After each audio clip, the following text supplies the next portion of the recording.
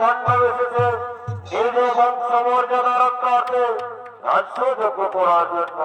সঙ্গে সঙ্গে ধর্মরাজের দৃষ্টি বলছে সোনার ভীমনকুল সহদেব অর্জুন। আমি যে রাজ্যযজ্ঞ করতে চাই, তাই এই রাজ্যযজ্ঞ সম্পন্ন করতে হবে। সম্পন্ন করতে পারে অযুগ যুগ ধরে আমার বংশের মর্যাদা সম্মান থাকবে। ঠিকই বলেছ, এই কথা তো চির সত্য, কিন্তু রাজ্যযজ্ঞ করতে হলে 1,00,000 রাজার প্রয়োজন। কিন্তু জরাসন্ধ 80,000 রাজা বন্ধন করে কারাগারে নিক্ষেপ করে রেখেছে, এমন ভাবে 20,000 রাজা দিয়ে আমরা এই রাজ্যযজ্ঞ করবো না। আমাকে রাজ্যযজ্ঞ সম্পন্ন করতে হবে, তাই সঙ্গে সঙ্গে বলছি শোনো, রাজ্যযজ্ঞ করতে হবে সে কথা ঠিকই, কিন্তু আমাদের রাজ্যযজ্ঞ করার আগে আমাদের পরামর্শ নেওয়া উচিত। তাই আমরা সকলে স্মরণ করবো বিপদ ভঞ্জন শ্রী মধুসূদন।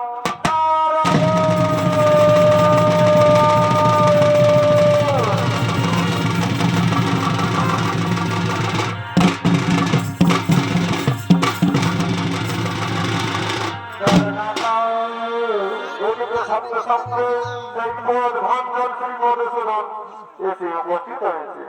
তাই বলছে সোনার পত্নীর নন্দন কেন মরে অসময়ে পরিবেশ বিপদ ভঞ্জন মধুসূদন। আমরা রাজ্যযজ্ঞ করতে চাই, রাজ্যযজ্ঞ করতে পারলে ধরাদের বংশের মর্যাদা বজায় থাকবে।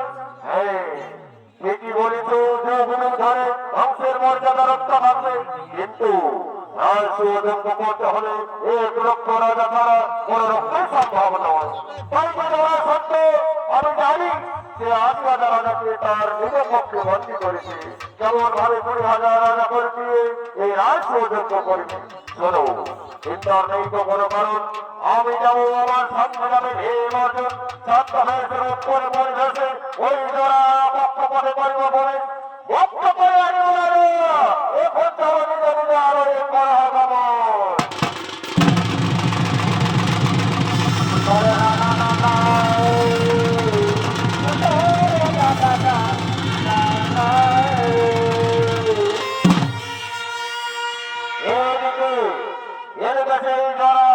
প্রতাপশালী রাজা হয়ে উঠেছে, তাই জরাসন্ধ নিজ রাজ্য পরিচালনা করার জন্য মন্ত্রী সেনাপতি নিয়ে নিজ রাজ্যে আগমন করছে।